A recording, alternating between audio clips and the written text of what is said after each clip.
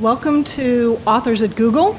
I'm Rebecca Moore, and I'm privileged to introduce our speaker, Dr. Victoria Sweet, who's going to talk about her new book, God's Hotel, A Doctor, a Hospital, and a Pilgrimage to the Heart of Medicine.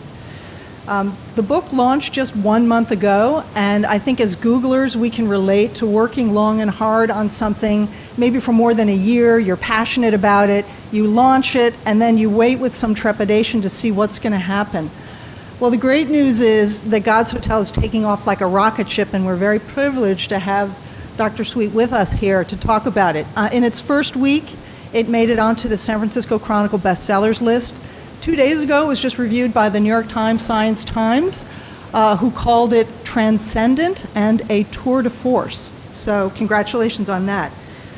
Dr. Sweet is both a physician and a prize-winning historian with a PhD in history and social medicine. She's also associate clinical professor of medicine at UC San Francisco, and I'm personally happy to say that she studied mathematics and Greek at Stanford University. Go Stanford. There will be time for Q&A at the end, and Victoria will sign books for those of you who would like them. And finally, just on a personal note, I've known Victoria for many, many years. She has always been someone who was comfortable taking the road less traveled, and I think now with God's Hotel, she has created a whole new road to a place and time that few of us even knew existed.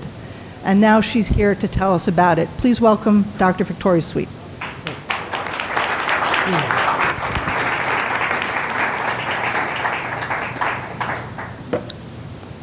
Is the microphone working? Yes. Well, thank you very much, Rebecca, and thank you all for being here today. And thanks, Google, for letting me speak here. Laguna Honda Hospital was like no hospital I had ever seen or even imagined. I got there kind of accidentally.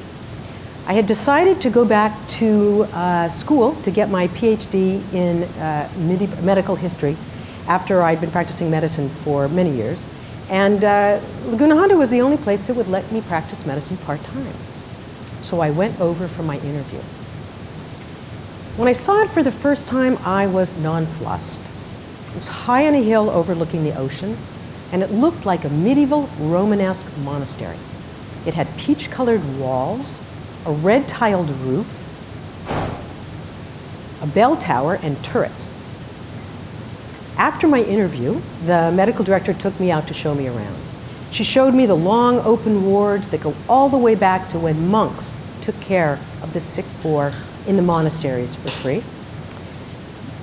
We went upstairs and she showed me the surgery suite, which looks like where Humphrey Bogart had his face redone in Man Without a Face. We walked past the old-fashioned beauty salon with its steel helmet hair dryers. She showed me the library, the auditorium, and the chapel, which was really more like a small church with polished wooden pews, stained glass windows, and the Stations of the Cross along the walls. Then we went out and she showed me the gardens. Turned out that Laguna Honda had been the almshouse for the city, and it was on 62 acres and is still on 62 acres of land in the middle of San Francisco, and the gardens are extensive. She showed me the greenhouse, the aviary, and the little barnyard so that patients could pot plants, watch chickens hatch from eggs, and even see animals even if they were bedbound. Then we walked back to her office and she offered me the job. I didn't know. I wasn't sure. I told her I would come for 2 months, and I stayed for 20 years. It turned out to be a wonderful place to practice medicine. And part of that was the place itself. So the place was a great place to practice medicine in terms of its spaciousness, kind of ramshackle. But what really made it incredible were the patients, because it turns out that Laguna Honda was the almshouse for the original almshouse for the city. And that was how we used to take care of the sick poor. That's how we used to take care of the sick poor before there was health insurance. There would be a free county hospital and a free county almshouse. The acutely ill would be taken care of in the free county county hospital. And then when, if they needed additional care or nobody knew what else to do with them, they were transferred to the almshouse. It used to be that every county in the country had a free county hospital and a free county almshouse, and that was how we took care of the sick poor.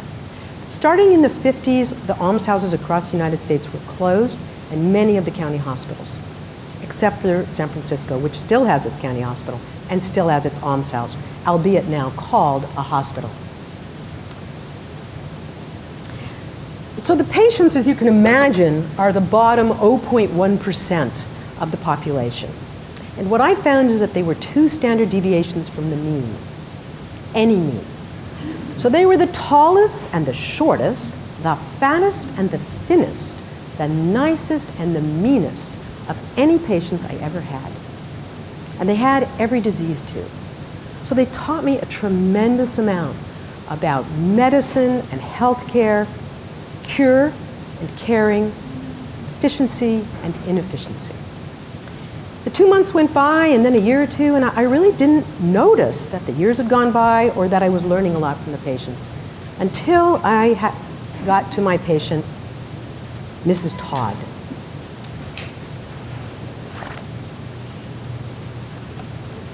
Ms. Todd was 35 years old. She had cancer. Her cancer was brain cancer, and what made it horrible was that it was just behind her right eye, and it had grown, in spite of surgery and radiation, right out of her eye. The surgeons had removed the eye and sewn the eyelid down over the cancer, but the cancer was still growing. Miss Todd had never been beautiful, but what with the radiation, which had caused her hair to fall out, the steroids, which had caused her face to balloon, and the sewn eyelid, she was very hard to look at. Yet she was pleasant and quiet. She always smiled as I passed her by.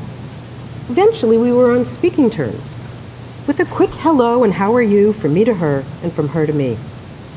I got used to her deformity, although only by blocking out, in some way, my experience of her experience. One day, I finally braved my reluctance and stopped by her bed, full stop. We looked at each other. She at me, white-coated and rushed, a bit disheveled.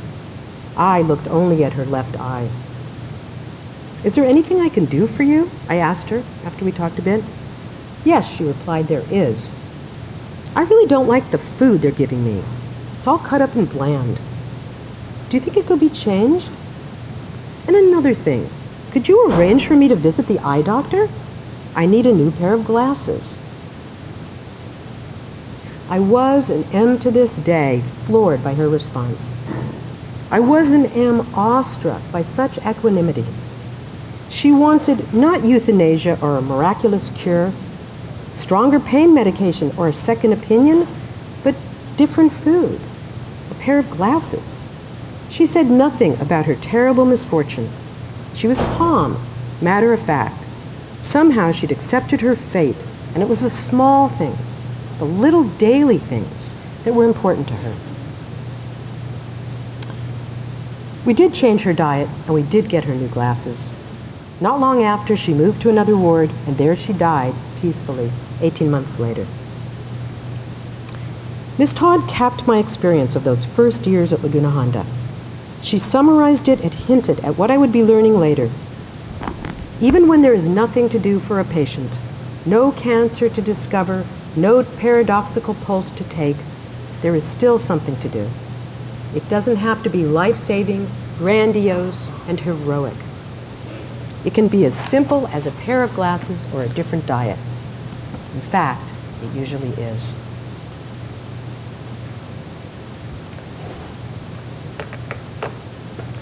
I learned a tremendous amount from the patients at Laguna Honda. If I had to summarize what I learned in one sentence, it would be that the practice of medicine is a personal relationship between doctor and patient. And when it's personal, it works. And the best way, the easiest way I can explain what I mean is to tell you the story of Dr. Curtis and the case of the missing shoes.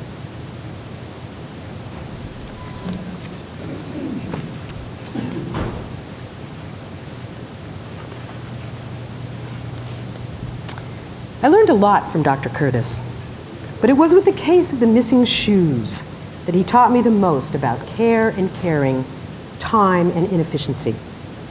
On this particular day, I met him by accident in the wide-windowed corridor that ran the length of the hospital and connected all the wards. He was in a hurry. Where was he going, I asked. Back to the rehabilitation ward, he said, where he was covering for a few weeks. The rehabilitation ward was its own mini hospital within Laguna Honda. It admitted the patients with the milder strokes and the less traumatic head injuries, most of whom would recover and be discharged back to their homes if they had them. Although its patients, too, were often without friends, money, or health insurance. Like the admitting ward, it had its own physicians to admit, examine, and discharge its patients, and this month, Dr. Curtis was one of them. He just returned from outside the hospital, he told me, and was headed back to a patient who, having been rehabilitated after a stroke, had been ready for discharge for months. But every day when Dr. Curtis made his rounds, checking on the 36 patients on the ward, this patient was still there, still zipping around in his wheelchair, still going to therapy. Finally, Dr. Curtis said, I asked him why, since he was able to walk, he was still here. Why was he still in a wheelchair? Why hadn't he been discharged? No shoes, Doc. They ordered me special shoes, but they're waiting for Medicaid to approve them. How long have they been waiting? Dr. Curtis asked. 3 months. Dr. Curtis thought a bit. What size shoe do you wear? Size 9. Dr. Curtis reflected for a while. He thought about his duties, his other patients, the charts he had to dictate, the quality assurance forms he had to fill out. And then he left the hospital, got in his car, and drove to Walmart, where he bought a pair of size 9 running shoes for $16.99. He'd just come back with the shoes and was going over to the ward to put them on the patient and write the discharge orders. Was he planning to submit his receipt for reimbursement, I asked. He laughed. As I watched him hurry back to the rehabilitation ward, I wondered, why had Dr. Curtis done this? And why hadn't anyone else? It was a simple thing to do, but it never would have occurred to me to do it. I would have been frustrated with the shoe delay, of course, and I would have filled out a second or even a third Medicaid form. I might even have written Medicaid or braved its phone tree to complain about the time that pair of shoes was taking. But it would never have occurred to me to go to Walmart and buy the patient's shoes. I had too much to do, too many forms to fill out, too many other patients to see. It would have meant crossing a kind of inefficiency boundary. And yet Dr. Curtis got in his car without much questioning and was hurrying back to the ward with the shoes to put them on the patients himself. He reminded me of an aphorism I loved but had never understood. The secret in the care of the patient is in caring for the patient. I'd always assumed that meant caring about a patient, loving or at least liking the patient. But when I saw Dr. Curtis rushing off to put shoes on a patient he barely knew, I thought there must be more to it than that. So I tracked down the quote and found it in a talk by Dr. Francis Peabody to the graduating medical class of Harvard in 1927. It turned out that Dr. Peabody didn't mean caring about a patient, but caring for a patient, which he explained meant doing the little things, the little personal things that nurses usually do. Adjusting a patient's bedclothes, giving him sips of water. That took time, Dr. Peabody admitted, and wasn't perhaps the most efficient way for doctors to spend their time. But it was worth it, he told his students, because that kind of time-costly caring was what created the personal relationship between patient and doctor. And that relationship was the secret of healing.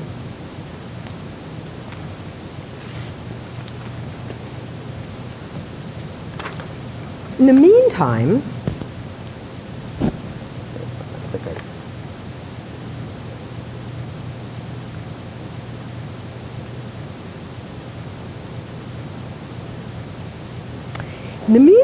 I'd started my PhD in medical history, and I was studying the medical writings of Hildegard of Bingen. Hildegard was a 12th century German nun. She was also a visionary, a mystic, a composer, and as it turned out, a medical practitioner, and she'd written a book about her medicine. It was fascinating. It was not the eye of newt, toe of frog medicine I expected from a medieval medical text. It was a real medicine for real patients with real diseases that I could recognize. But it was based on a completely different idea of the body than our mechanical model. Hildegard's idea was that the body was more like a plant than a machine, and the doctor more like a gardener than a mechanic. What's the difference? The difference is that someone has to fix a broken machine, but a plant can heal itself.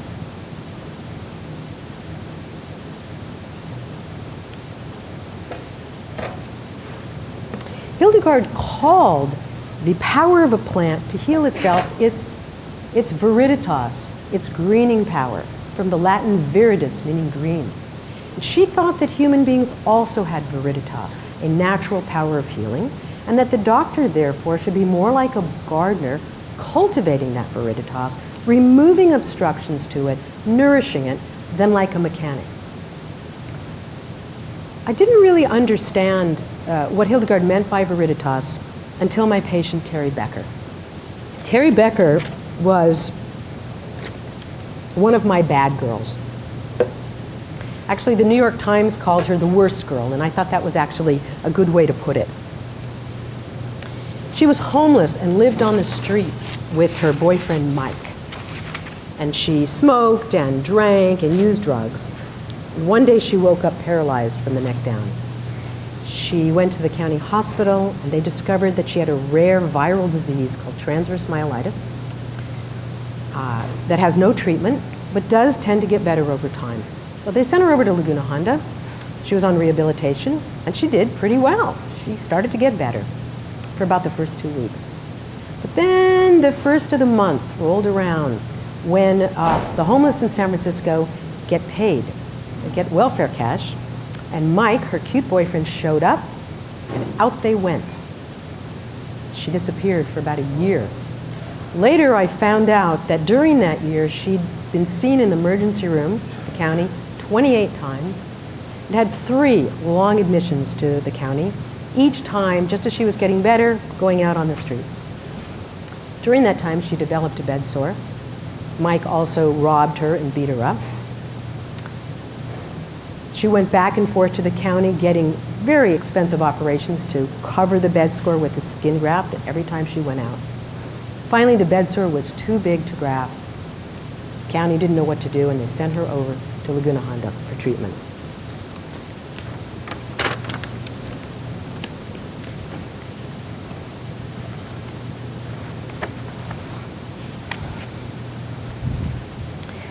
When I examined her, I was really quite shocked. I mean, she looked pretty sick. She was only 37.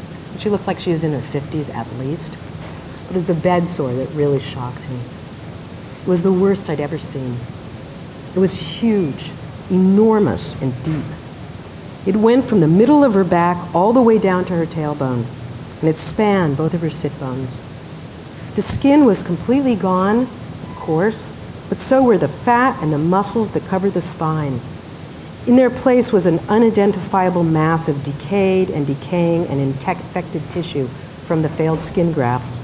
And at the bottom of this wide, deep hole, I could see bone, Terry's spine. Terry's bed sore was scary. She had no protection.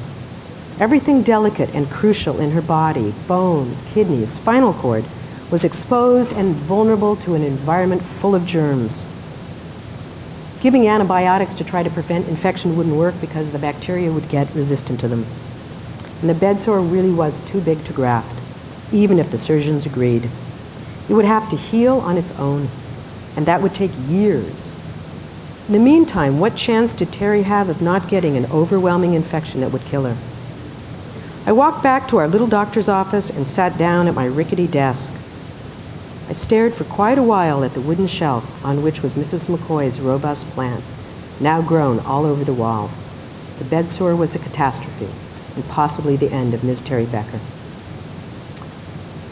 For the second time with a patient, I thought about Hildegard, and I asked myself, what would Hildegard do? How would she treat Terry Becker's huge and open wound. What she would do, I suddenly saw, was remove obstructions to Terry's viriditas. Because if nothing was in its way, then viriditas would heal her wound as surely as a plant will grow green. What was in its way, I asked myself. The mass of dead tissue was in its way and needed to be removed. Any pressure on Terry's body, from wrinkled bedclothes to hard mattresses, was in its way and had to be removed. Dirt, unkemptness, stale clothes, unnecessary medications, fear, depression, all were in its way.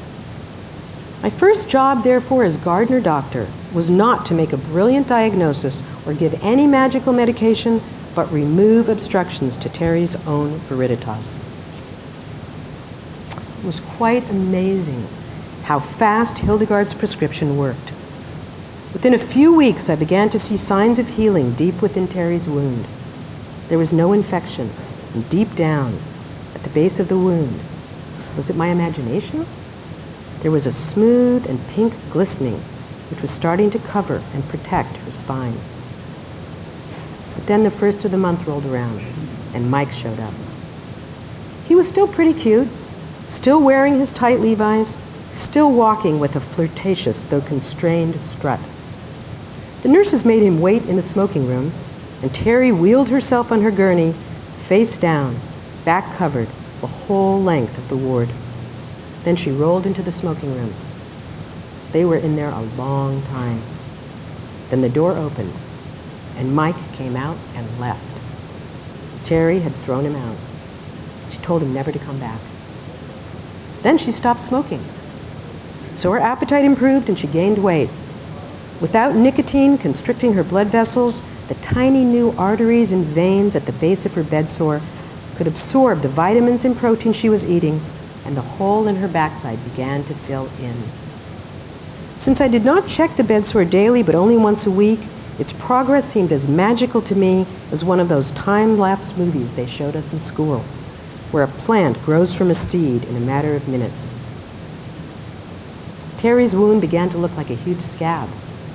The scab thickened until it was even with the rest of the skin, and then just as petals push against the constriction of the bud and open it, the scab flaked off and there was pink skin underneath. That awful crater filled in from bottom to top and from side to side. It took a long time. It took 2.5 years. But we were in no hurry, and neither was she.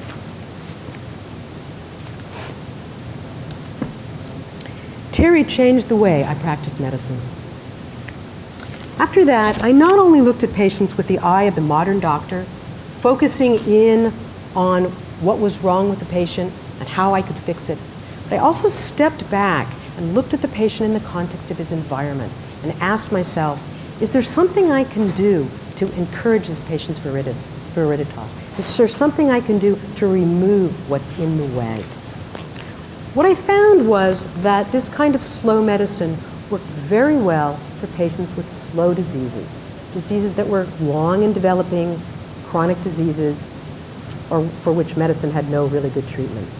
I began to think of it as slow medicine, as opposed to the fast medicine that I also use, which works so well for fast diseases, heart attacks, appendicitis, cancer, but doesn't work so well after the heart attack, the appendectomy, the chemotherapy.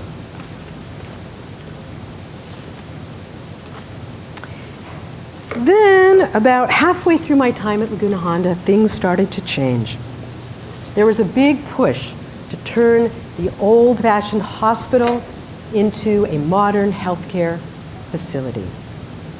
There was a lot of battles, politics, and struggles, especially between the director of public health, whom I call Dr. Stein in the book, and the doctors, nurses, and administrators at Laguna Honda. Finally, one day, Dr. Stein had had enough, and he replaced the medical director, the nursing director, and the executive administrator all at once with his own picks. They were to come over to the hospital and transform the hospital into a modern facility. The name of the new executive administrator I called Mr. Conley. And this is what happened.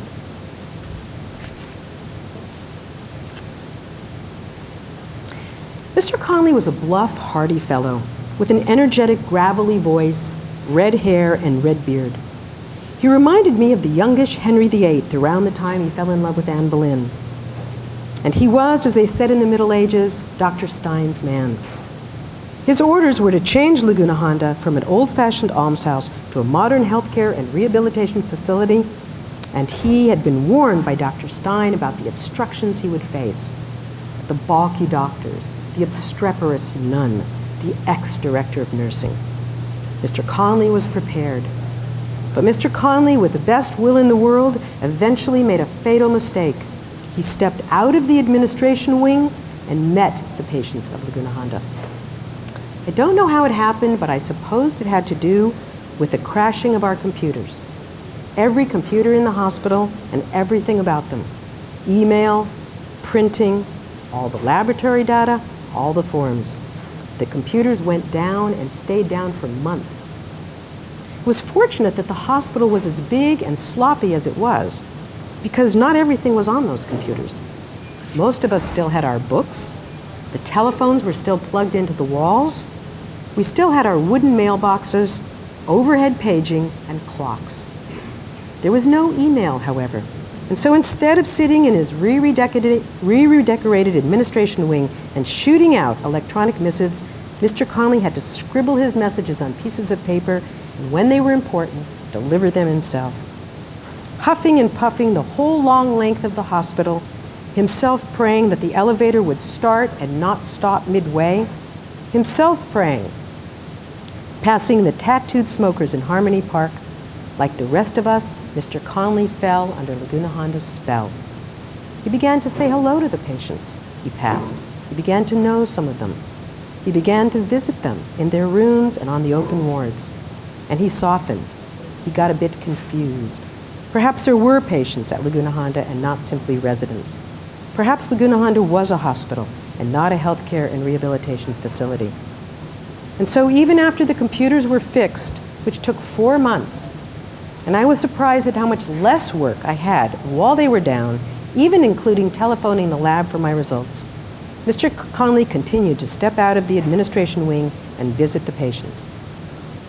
Not with Miss Lester's compressed mouth and eagle eye, but still he sat on beds, he talked, he listened, and he learned about the hospital from the patient's point of view, which would be fatal.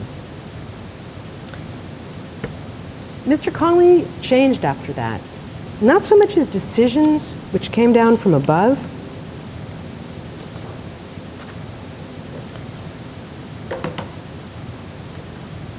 but the way he felt about his decisions, because he knew the patients now, and he knew how his decisions would affect them. And what I learned from that is that it wasn't only medicine that had to be personal. Administration has to be personal, too.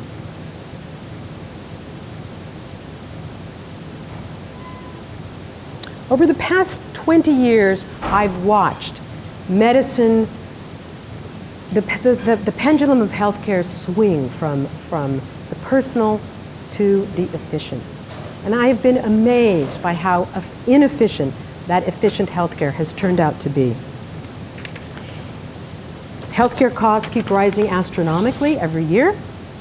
Patients, doctors, and even economists are more and more frustrated. Nobody seems to know what to do. So let me end with showing you what happened when modern, efficient healthcare landed at Laguna Honda.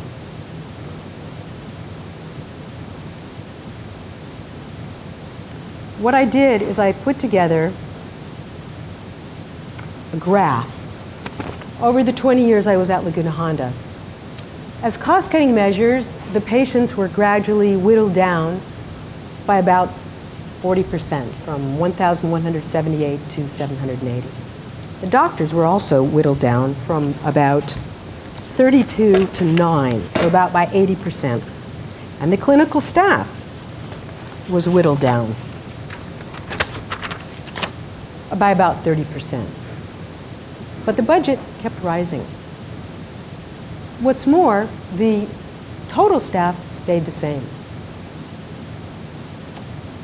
Why was that? We kept having more and more administration and management. In fact, by the time I left, the day I left, I looked around and realized that there were more quality assurance managers at Laguna Honda than there were doctors. That was pretty scary. What does all this new management do? It's hard to know for sure, but the one thing there are more of at Laguna Honda today than when I started there is forms. When I first got to Laguna Honda, there were 2 forms of 1 page each. The day before I left, I took out a random chart, opened it up, and counted. There were 43 forms, and most of them were 3, 5, 10 pages long. I made a rather complicated scribbled graph of this, but I think it's worthwhile looking at it. I don't have a little pointer, so you'll just have to follow me, but you can see the patients in the blue in the middle are going down, down, down, down. The doctors, the physicians in the black, going down, down, down. The budget is going, that blue line that just goes up, and the forms, which is the red line, going way up. And I've actually pulled this out to, assuming that the present trends continue, in 2024, if they continue, there will be no patients at Laguna Honda, 2 physicians, 1,400 FTE, and a budget of $280 million. I think it's time for us to all work together to give that pendulum of healthcare a nudge backwards, towards the inefficient, the human, and the personal. Thank you very much.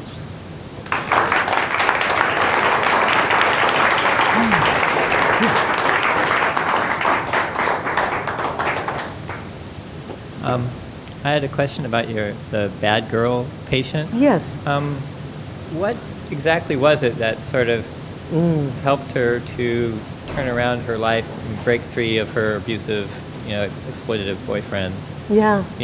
What is it about the care she received, or was it something that she just had reached a point where she knew it was either death or completely transform her life? Or it's a great question. Any Can idea? everybody hear that? Good. Okay, great. I think that's a beautiful question actually to ask. I ask myself that a lot, and I think there are 2 things.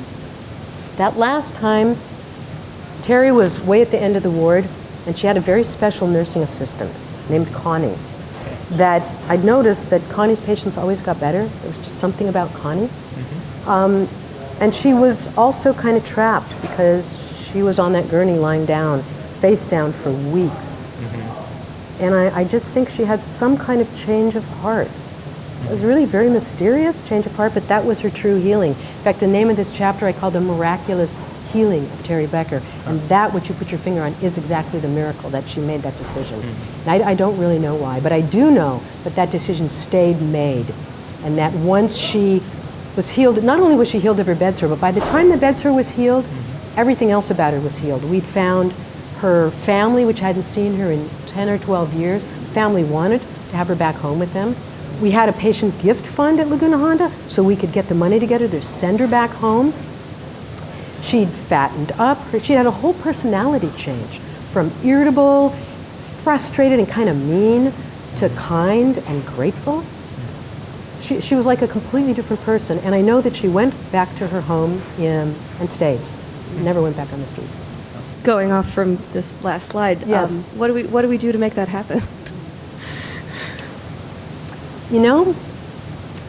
I don't know quite the answer to that, except I am getting so much attention for this book and these ideas, and I feel a little bit like the kid with the emperor new clothes. I'm like, wait, there's just no clothes here. I mean, come on, people. Like, medicine is personal. Is that like the most unbelievably smart thing you ever heard? No, it's like, hello. And so I'm getting this kind of reaction from people. And I think it's going to make a change. I almost think just by thinking about this, recognizing it, and I think it's going to change anyway because, fortunately, we live in a capitalist country. And the fact is not only is it is in fact more efficient. It saves money when the doctor has enough time to do a good job, get the right diagnosis, take you off the medications you don't need. It saves money. And I think once the capitalist health system realizes that it's cheaper to give doctors enough time to see patients than it is to whittle us down so that we just have to order a whole bunch of tests. It will change on its own, I do believe. So I just think there's kind of a will out there, because the doctors are just, they'll love what I'm saying here, and the patients, everybody, it's like a trip. Curious, did Terry have substance issues and was becoming sober part of her recovery? Absolutely. Absolutely. But as you probably know, making that decision to become sober, I mean, really it was, when she went in that room, I can remember it right now, we were all just cringing, I mean, this had happened over and over again. We were just sure Mike and she would be rolling out together. And when I saw, it still gives me shivers, when I saw Mike walk out of the door open, and he walks out and he's by himself. And I remember him walking out the ward. We had swinging doors, and he went through the doors, and the swing shut. And then Terry rolled herself out of the room, back to her bed. I was like, wow, something happened there. And then, of course, she did give up smoking. Once she gave up smoking, everything just sort of fell into place. But why, I don't know. I don't really know. Yes. With the popularity of your book, have the decision makers at any other medical facilities reached out to you to learn how they can reproduce the success of your experience? I'm starting to get a few things like that,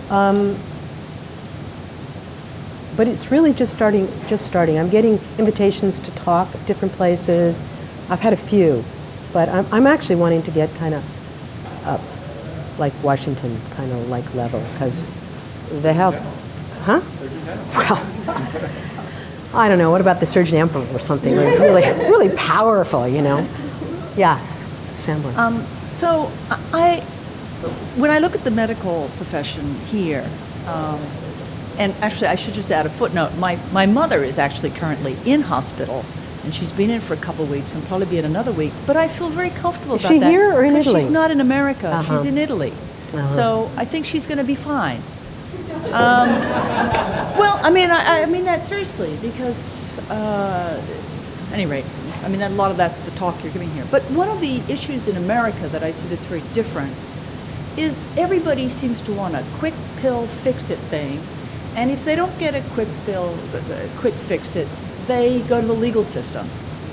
And so one of the issues that I keep thinking comes up around medicine, why it is the way it is in this country, is a lot around malpractice, financial covering your ass, a bunch of stuff like that. So if you switch into being more inefficient and human, the doctors are going to have to spend more time with their patients, which means fewer patients.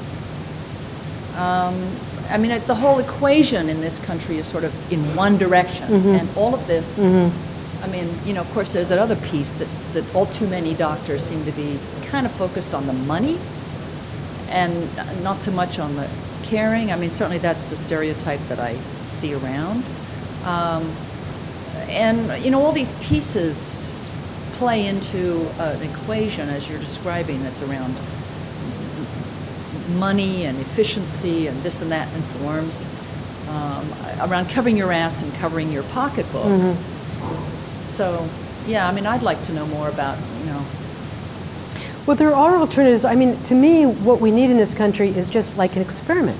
Because in a way, Laguna Honda for me was an experiment. And I have many, many cases where it's quite clear that the Laguna Honda treatment, Terry is a perfect example. You could say 2.5 years in the hospital, that's huge. But before she'd been in the hospital, she'd been going back and forth, getting $100,000 operations back and forth. That was, you could say, why treat her at all? And that's a different discussion. But if we're going to take care of people, then I was quite sure from what I saw at Laguna Honda that it was cheaper the Laguna Honda way to take the time. And I can give you a very practical example. Doctors are cheap. And one of the things that's happened in this country is the economists, when they were trying to cut costs, they assumed doctors were really expensive. So they've been, de-skilling doctoring onto nursing and nursing onto da-da-da-da-da. But in fact, doctors are quite cheap. I'm like $100 an hour. If I spend an hour with the patient and that hour allows me not to get an $1,800 MRI, we're way ahead of the game. So I think one place to start is to just have a model and show that. Because if they show that, Kaiser and HMOs and everybody's going to go, well, that's way cheap. We'll just give doctors back their time. That is cheaper. In terms of malpractice, of course, there's all that and it's complicated. But I will say this. that the malpractice, what they say is that you do not actually get sued as a physician when you make a mistake. You get sued when the patient feels you didn't care about them. And I have found that to be the case so far. Okay? I really have. So that I think a lot of the malpractice issue is a little bit of a covering. I think we can do this. I think it's going to happen. It actually is happening. Okay. While I was writing this book and coming, this is actually happening because what's happening is doctors are saying they can't take it anymore, and they're doing this concierge, whatever boutique, whatever kind of stupid name they've got for it. This idea that it's more like CSA, like community-sponsored agriculture, where you pay up front, you pay $100 a month or $150 a month, and the doctor gets his patients up front. Instead of having to have 1,000 patients to pay his bills, he doesn't need any back office because he gets paid up front. So he can have 250 patients. And with those 250 patients, he has all the time in the world to take care of you. And so that's actually an experiment, that's sort of a hidden experiment that's going on right now. It's very interesting. The patients are thrilled, the doctors are thrilled. So it's very interesting, yes. I freely admit that I may not know the facts correctly in this, but I understand that there's something of a shortage of doctors. And if doctors are inexpensive and we should have more of them, is there something we should be doing to foster more doctors being out there so that we can have more slow medicine? Well, that's kind of a complicated question, and you don't know, and I don't really know, but I think there's two pieces of it. The shortage is in what they like to call primary care doctors. So I'm an internist. I'm like the front person to take care of you. And there's a shortage, there seems to be a shortage. Why? 'Cause I don't want to do it. I don't want to get an unbelievably complicated patient and have 10 minutes to spend with the patient, of which I spend 3 minutes on the computer. 7 minutes, you can't do it. So what you're having is doctors are not going into primary care. They're going into subspecialties. And if I had a kid who was going into medicine, I would tell them, do not do what I did. You get yourself a nice little specialty where you can do a good job and you can have a satisfying practice. So I think there's plenty of doctors, but they're not going into primary care. So that's one thing. The second thing is my generation of doctors are dropping out of the system like flies. We don't want to. We like taking care of patients. So I think if we could take care of patients the way we wanted, I think it's a little bit, that's my sense, is there's probably plenty of doctors, but shifting who does what is more the issue than educating more docs.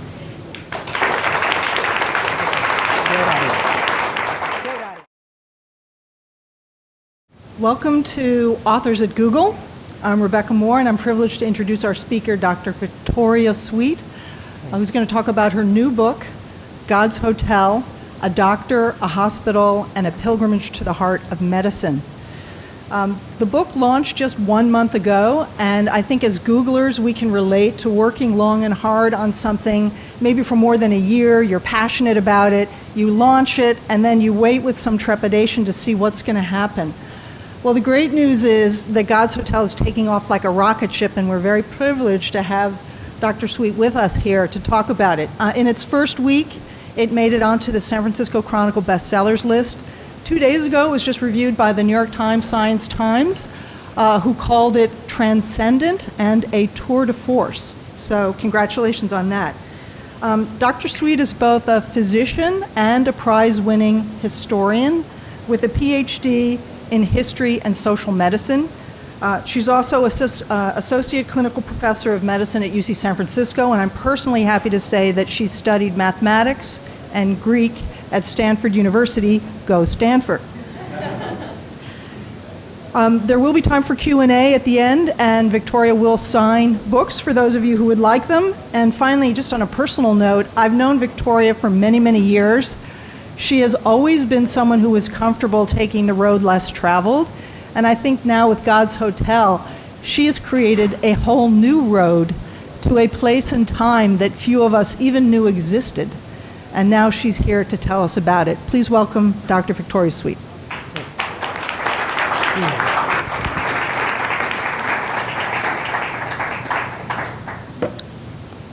Is the microphone working? Yes. Well, thank you very much, Rebecca. And thank you all for being here today. And thanks, Google, for letting me speak here.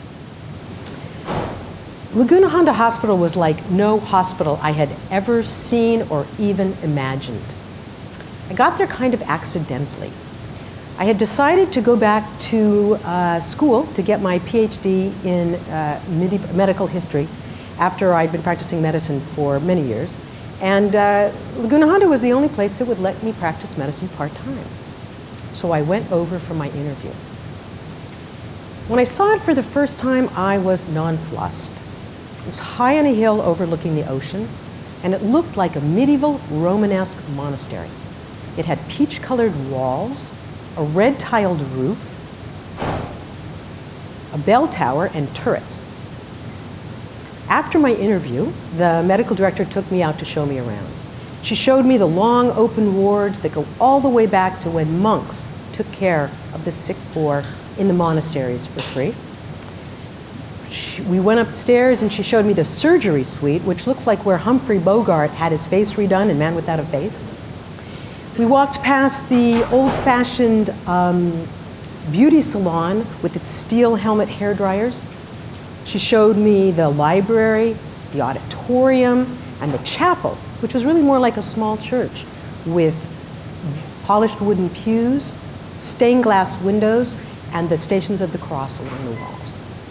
Then we went out and she showed me the gardens. Turned out that Laguna Honda had been the almshouse for the city, and it was on 62 acres and is still on 62 acres of land in the middle of San Francisco, and the gardens are extensive. She showed me the greenhouse, the aviary, and the little barnyard so that patients could pot plants, watch chickens hatch from eggs, and even see animals even if they were bedbound.